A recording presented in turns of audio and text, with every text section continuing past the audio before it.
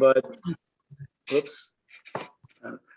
I read the script a couple of times, and seeing it actually, real like this is like absolutely amazing. Thank you, Angie, so much, and also all the people from around the country that you brought in, the background that you created, how they were able to get the Russian R, just right. I mean, there was so much that the narrator, in between. I loved what he did personally, and so we're going to open it up for your questions. There's a lot more that I would comment on, but how about who is monitoring the questions? You can put a question in the chat. Hi everyone, I'm Angeliki. Oh, I'm sorry. Giannakopoulos. And Howard, raise your hand. Howard Eisner, the writer, our author. Wow. Our author. There's Howard. Who else do we need to introduce? We're asking everyone to put their questions in the chat box, and then we'll be able to pick as many questions as we can within the small amount of time we have to answer them. So if you can please put your questions in the chat box, would be really great. Thank you. Okay. Yeah, so Howard, I have a question. This is the first time you actually seen it since we've been rehearsing and doing the show. Tell us what you thought. Well, I was very pleased that you brought these particular actors into the fray. I think they did a really, really good job, and especially impressed by the fact that you had background for each scene, which I didn't expect, but definitely added to the believability of the entire play. So thank you for doing that. You did a great job, Angie. Thank you. Thank you. So here's a question from David Cohen. Howard, what led you, to write this play? What inspired you? What was your motivation? Well, it came from a particular book that I read at the time, which was actually 25 years ago. It was called Blood Accusation, and it was written by Maurice Samuel. And it was very much a nonfiction, blow-by-blow description of what happened in the blood accusation Mendel Beiliss case. So that's how it all began, and it essentially inspired me to sit down and start writing, which I began at the beginning of 1 month, and by the end of the month, the play had been written. It was also picked up at that time by the Jewish Community Center in Northern Virginia, and done as a staged reading at that time on 2 successive weekends. So I've seen it in that format before. So basically that was 25 years ago. And the play has been resting for this period of time. And then Rabbi Schneier became aware of it and happily decided to host this entire event. So thank you very much, David, for doing that. You're welcome. To follow up on this question, I see Ari Roth, who in his own right is a wonderful producer, director. He says, how much, let's see, I guess the essential question, how much did you draw from like you read, Ari, maybe you can phrase it. Ari, why don't you unmute yourself, because after listening to the previous answer to the previous question, maybe you'd like to frame it yourself. How were you motivated? I think it's terrific. It was very well presented, very well acted, and very well written. How were you motivated to create a counter narrative to what Bernard Malamud did in his recreation in The Fixer? And how were you drawn to whatever exists of actual transcripts to recreate what you've done? Well, as I said, the major source and the primary source was the Maurice Samuel book. which was extensive. He did a tremendous amount of work. I was reported that he worked for 3 years on that book and put it all together. I found out only recently about the case of the fixer, and that the Beiliss family was unhappy with the book, The Fixer, and in fact brought suit against Bernard Malamud. And I don't know exactly what happened as a result of that, but that was one of the events connected to this. But I think that Maurice Samuel was definitely the authoritative source for the entire explanation of the Beiliss case. So let me just jump in there. So I did some little bit of research myself, and the story of Mendel Beiliss also appeared on Yiddish stage. Second Avenue Yiddish Theater, 3 different productions devoted to this. I don't know if people realize that, in Yiddish. And also Beiliss himself wrote, when he came to the United States, he emigrated to then Palestine, and then in 1921, I think it was, or in the early 20s, then came to the United States. He himself wrote his own memoir, originally in Yiddish, which I just recently discovered has also been translated into English. I think, with the historicity of the play, there's no doubt about its historicity. There are obviously, when it is a fiction, what's a play. Because to imagine what people actually said without having actual transcripts, that's not easy, and that's, I think, what Howard was able to contribute very well, to imagine the conversations that took place. We do have records of, there are records from the books, and from I haven't read.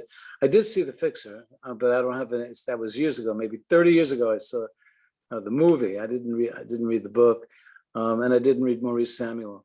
So but there are records. So the historicity is there, but some of the names have changed.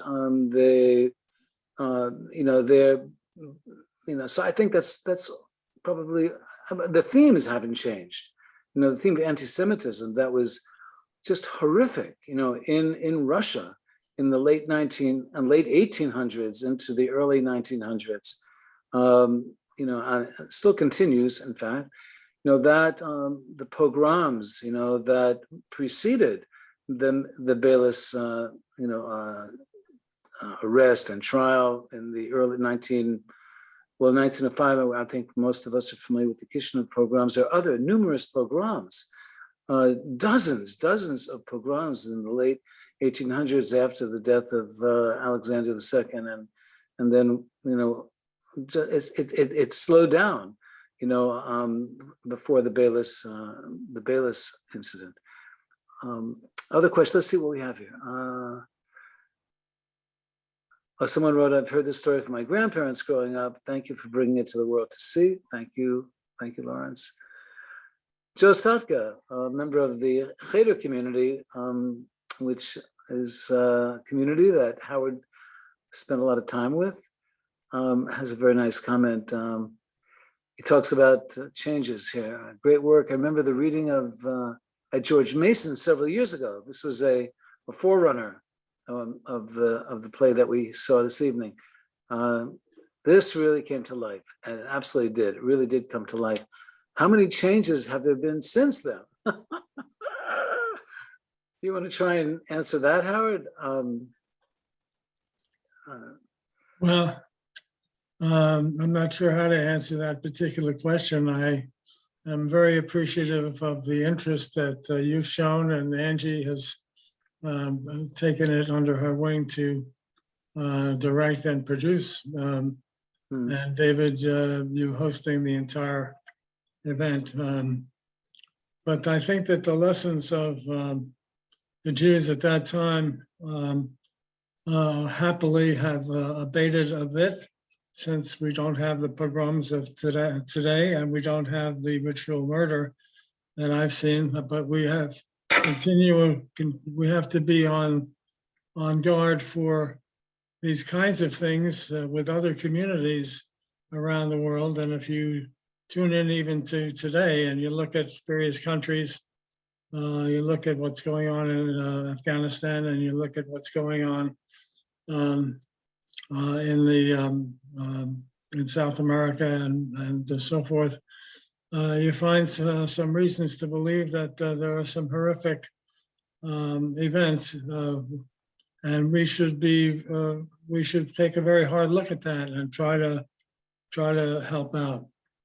One of the words that come to mind are tikkun olam, which is that it's our obligation and our duty to see if we can do something about healing not only our own people, but the rest of the world. Thank you, Howard. Just in terms of some of the changes that have made since the original script, I think what we, Angie and I, perhaps others, suggested is the idea of a narrator between sections. You say someone to, in the original version, you had like some headlines from like the New York Times or whatever other newspaper. But the idea of having an actual narrator, I think that was something new. Is that right? Yeah, I would say so. Yes. Yeah, and I think that helped. He was delightful. The narrator. That helped.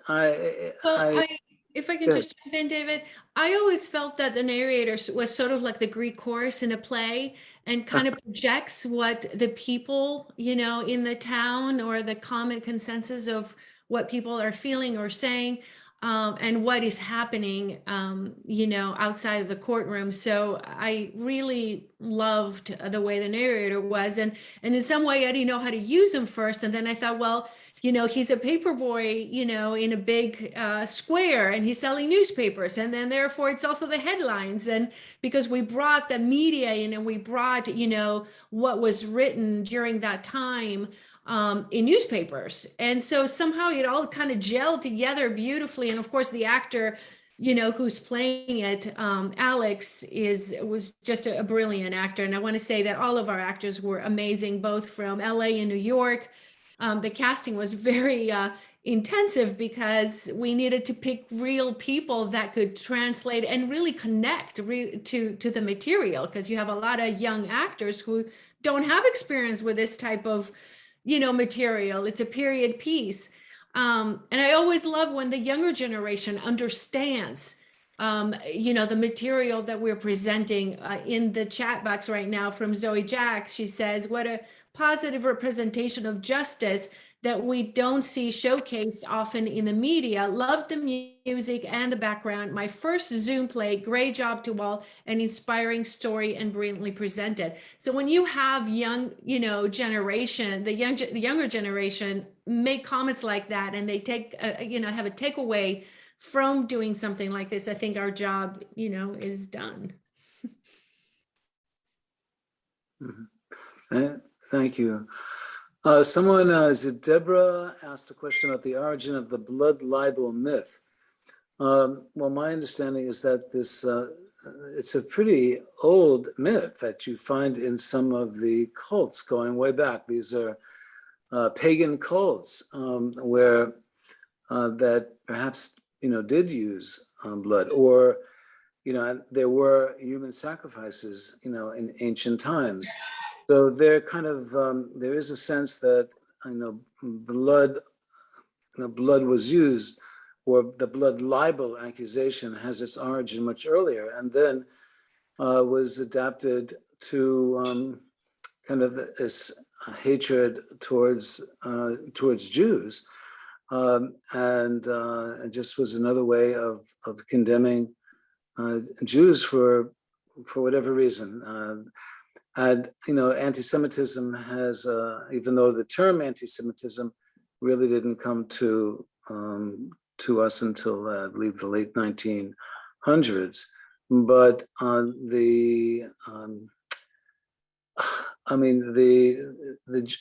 history, has been one where, where we've been accused of being Christ killers, for example, where Jews have been demonized, throughout history, and where we have not, outside of, in the diaspora, have been forced to live in ghettos and have been extremely limited, in how we interacted in society. Now that began to change, in Western Europe with the Enlightenment, the French Revolution.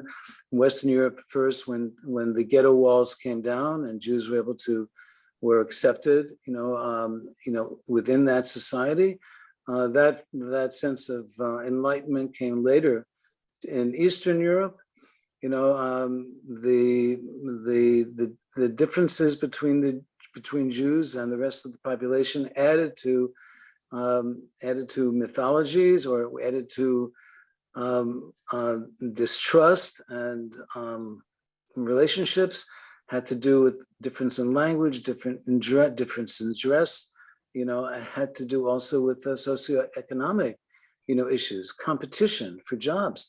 People, Jews and peasants, the majority of the people in Eastern Europe led incredibly, poor lives, and there was competition, and that also, led to increased anti-Semitism, and eventually pogroms. There was sort of a liberalization with Alexander II. He tried to reform, Russian society. Well, he was assassinated, and after his assassination, we have a lot of accusations that this was the Jews caused this, his assassination, and other rumors that just came back to the Jews, and you had a series of pogroms, erupting then, and also that stimulated the immigration to the United States between 1881 and 1924. Close to 2 million Jews emigrated, fled, the Russia and Romania and Poland, and Ukraine, came to the United States. It also spawned the Zionist movement, the Zionism in either its political form or also in other forms. There are different streams of Zionism, and people started making plans and immigration. The first Aliyah was in the early 1900s. You had other movements, of Jews, immigrating to, or making Aliyah to Israel. And you also have the creation of the Bund, the Jewish Democratic Workers Movement, as a response, to increased Jewish identity, that the Jews were different than other peoples. So the Jews created their own socialist movement. And that's kind of in a nutshell. So I hope that helps kind of give a context, historically. I see a question about Ziploc bags. They didn't have the Ziploc bags, to put evidence in. Must have been some kind of other bag. How do you, anybody want to comment on, the plastic 1913? Thoughts about that? There must have been some bag, some kind of bag. Howard, you want to, is that just a... Well, no, I noted that David Cohen had a question, and he's an old friend. Can you address that question? Oh, well, I think this was addressed already. What led Hesh to write the play? Hesh is your Yiddish name. Okay. I think you answered that. Okay. But, all right, so can you put the story in the political context of the time? Oh, yeah, I sort of did that, the political context of the time. Well, first, there was an event that occurred back in Germany, and that's worth noting in terms of what happened to 6 million Jews. So, but that's after. That's after, yes. Okay. I'm trying to see if I missed any questions. If anyone would like to unmute and maybe offer some other comments. Let's see. Hi, Hesh. It was a great job, and everyone did a great job. Thank you, David, and everyone for putting this together. My question was not so much about the emigration and how the Jews were treated at the time, but in terms of the political ferment that was going on in Russia. There had been the revolution in 1905, and this was only a few years before the final Russian Revolution. I think there was a establishment of the Duma in 1910. That's why I'm asking if there was what going against the state in this way. How radical was that? I mean, you say Kaczynski was, I don't remember his name. His first lawyer was clearly expressing some revolutionary ideas. Yeah, I think you're referring to the defense, the initial defense investigator attorney, his Krasov or Krasovsky. Yeah, you're right. You're right on. This is a person with incredible integrity and wanted to see. Obviously, I think if he had a political leaning, it was certainly more towards a different kind of government than what the Attorney General was representing. Whose acting was, I thought, terrific. By the way, Yeah. I thought he was terrific, and I also thought, the actor who played Nikolai, Sosky, he was really good, and the other defense attorney. And I wish they could be here to take a bow. Yeah. I was curious about how much of the conversations that the Attorney General had with the two lawyers, well, with the lawyer, the defense lawyer, and then his colleague, the prosecuting attorney, how much of that did you invent, and how much of it was based on any kind of, I wouldn't imagine that they had records of those kinds of conversations, but how much of that was in your head, and how much of that do you think really happened? Well, my recollection of it, this goes back 25 years, that I invented all of it. Now, there was, I did the reading of the Maurice Samuel book, and there were about 5 lawyers involved in the defense, and I took note of that. One of them was named Brusenberg, I think, and he himself was a Jew. But basically, I took it from the top and invented it all. Okay. Have a wonderful imagination, Hesh. Well, it is a fictionalized account, and it definitely was not my intent to try to do a nonfiction version of it. So thank you for the good feedback on that. And the other thing was the wonderful pace of the dialogue as the intensity of the revelation of actually the who was responsible for the murder.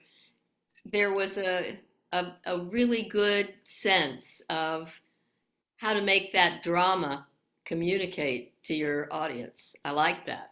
Yeah, thank you. There was certainly my intent to do that, especially bringing Vera into that last scene, which was, of course, sort of a voice from the sidelines, so to speak. But the pace of it, I think a lot of that, I have to give credit to the actors and ladies who put that together. They did a great job with that. So thank you for that. And I have a question for Angie. Angie, first of all, let everybody know where you live. I've been trying to get your address because I have something to send you. But are you in DC or in Baltimore? Because I'm in Baltimore. I was 42 years in LA, and about 3 years ago, we moved to the East Coast in Baltimore. okay. So I'm based here. I just wanted to say with the previous comment, thank you, because that was something that we really put our attention to, and I think the music helped. The music of tying the scenes together, also with the narrator, it was very essential to making that, that tone to become, just the stakes become so much higher the closer we get to the truth. And of course, the actors were amazing in being able to, to translate that. And then, when we took the recorded version of the Zoom session that we did from everybody's house, because we had actors from Boston, New York, LA, all the way to Maine. The editors that came in were able to just cut it at a much faster pace the closer we get to the end, to kind of really bring that feeling of we're getting to the truth now. And that was the main core of what the story is. Yeah. Well, here's a question for Angie.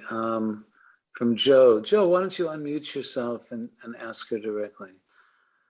And while you're doing that, so Angie, as far as the backdrops and the costuming and all that, you did that, or did you have some help doing that? Was that your? Yeah. I picked all the slides in the back just based on the period. And all the costumes and hair and how they were, had bow ties on, and they, men parted their hair in the middle, and most of them all had mustaches. I mean, there's a very distinct way that they dressed back then. So, and also the music, we did a lot of research on the music. We had to make sure we had the rights to the music. Otherwise, Facebook would have not shown our cut. they tag you, and then you have to go back to step one. So we did a lot of research on trying to get everything together. And even though myself, I'm not Jewish, I'm actually originally from Greece. I was born in Greece, and my father immigrated to the United States when I was a teenager. I felt that culture and the feel of it and the deliciousness of that of that culture is very much like mine. So, I didn't feel in any way different. And I think also the story has a lot more to do, not just about, Jews being prosecuted for who they were, but, it applies so much even today. So, yeah, I don't know if that answers your question. Yeah. Well, thank you. Joe, would you like to unmute yourself? Joe Sadka?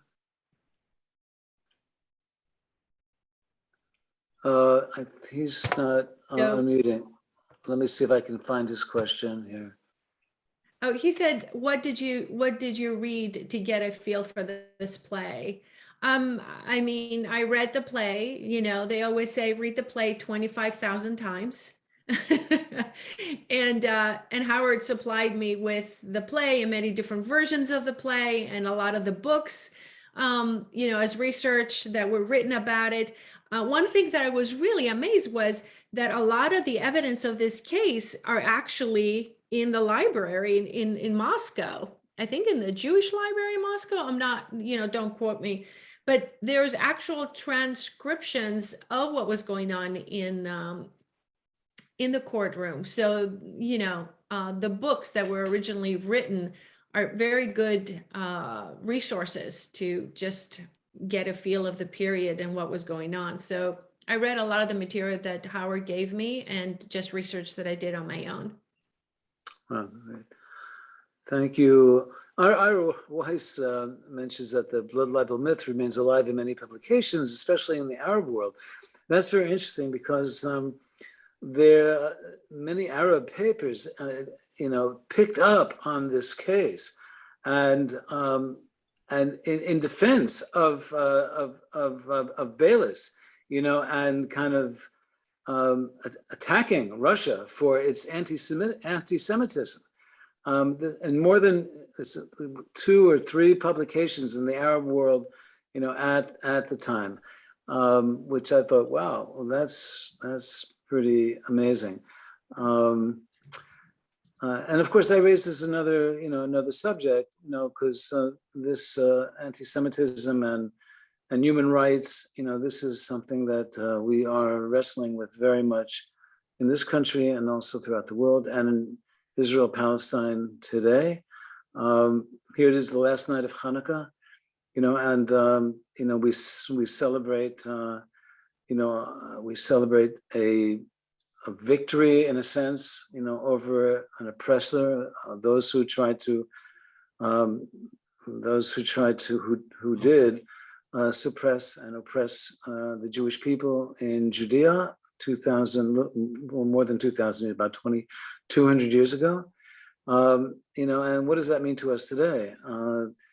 Hanukkah, for me as a rabbi, and as a Jewish person, it's not just about me. It's not just about how others, feel about me. It's also how I treat and feel towards others. And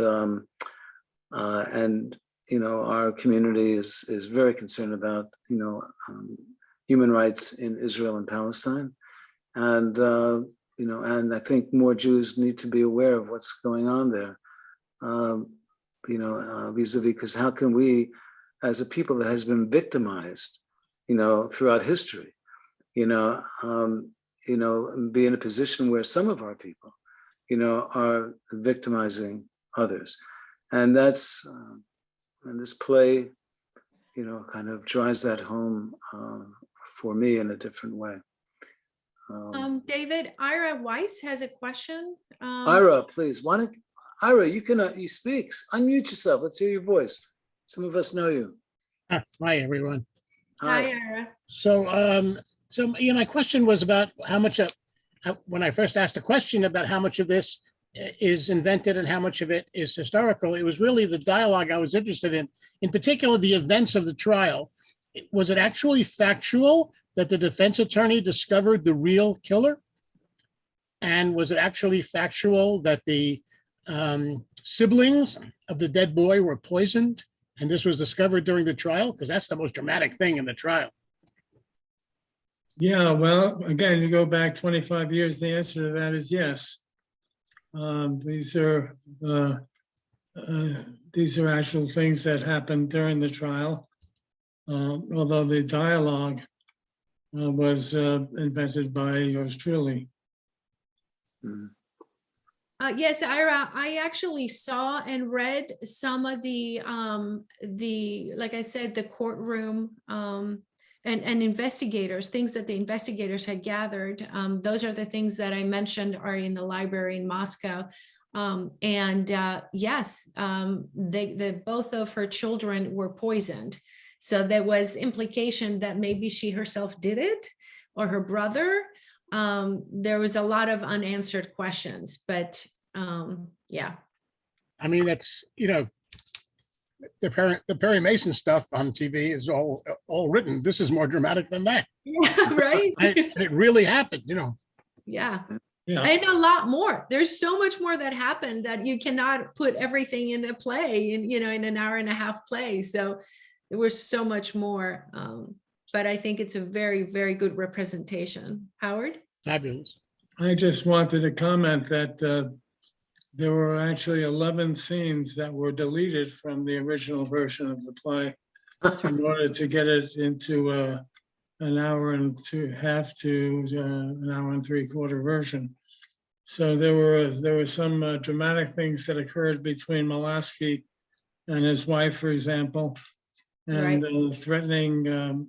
She threatened him, and she left him for a while. There was other adventures in the play that are part of the longer version of it.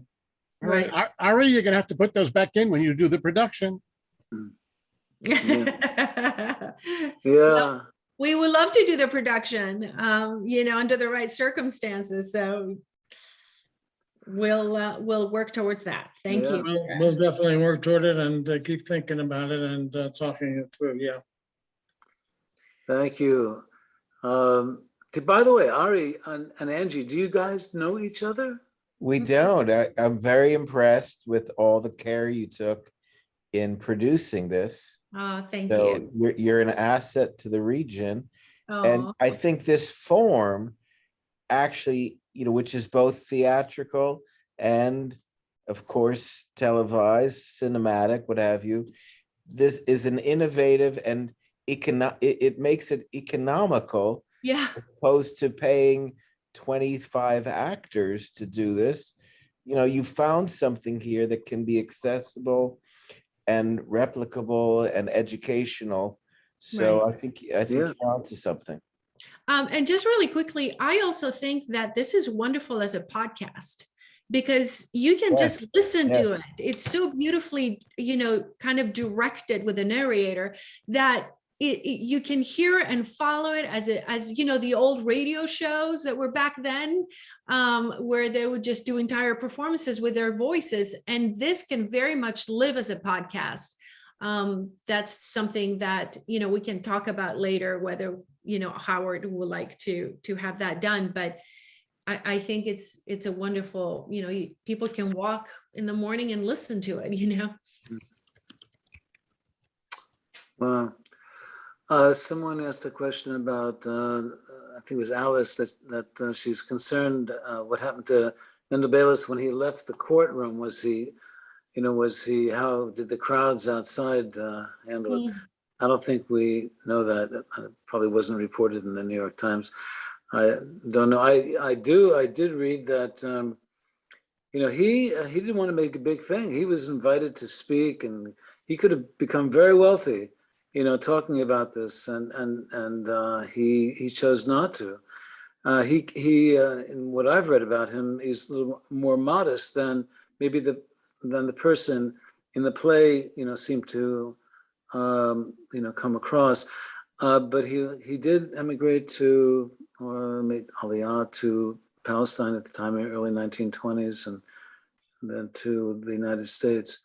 So, and he also had family, which I'm not sure where the Maurice Samuel's book, what he said about his family, but apparently he was, I don't know if he was divorced or what, but he had children, and in fact, someone from his family went after Bernard Malamud, for the incorrectness of a number of the presentations in the fixer.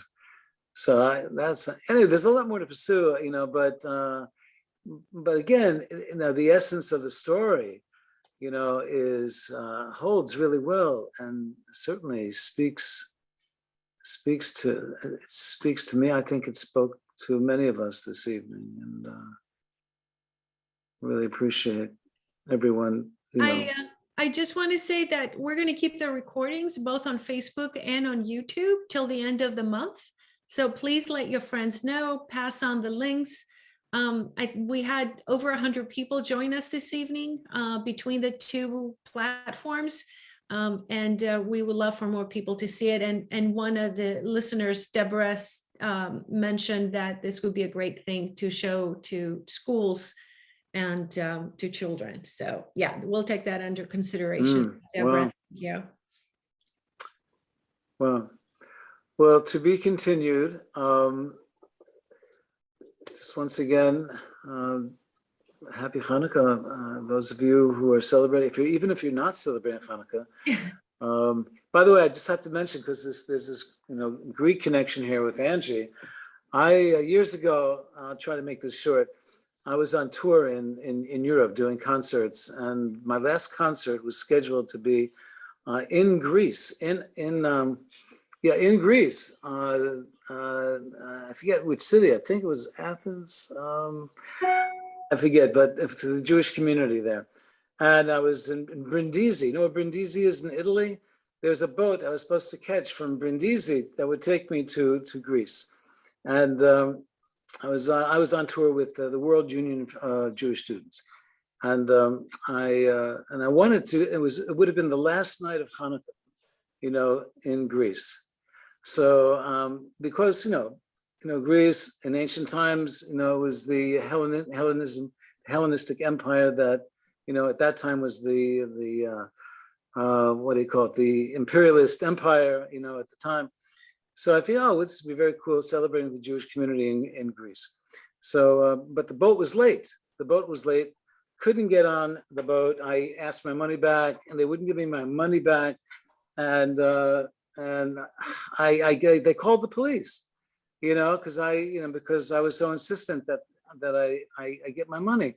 And so the police took me to the train, and the train, they said to the conductor, drop this guy off at the last stop. The last stop was Venice. I got on, and in Venice, I went to the Venice ghetto. Some of you might not be familiar with the Venetian ghetto. Raise your hands if you've been there. Jews really didn't live there anymore. There are a couple old synagogues there, but I went to the Venetian ghetto because I was feeling kind of bummed out. And I was feeling very, very much in the ghetto, and I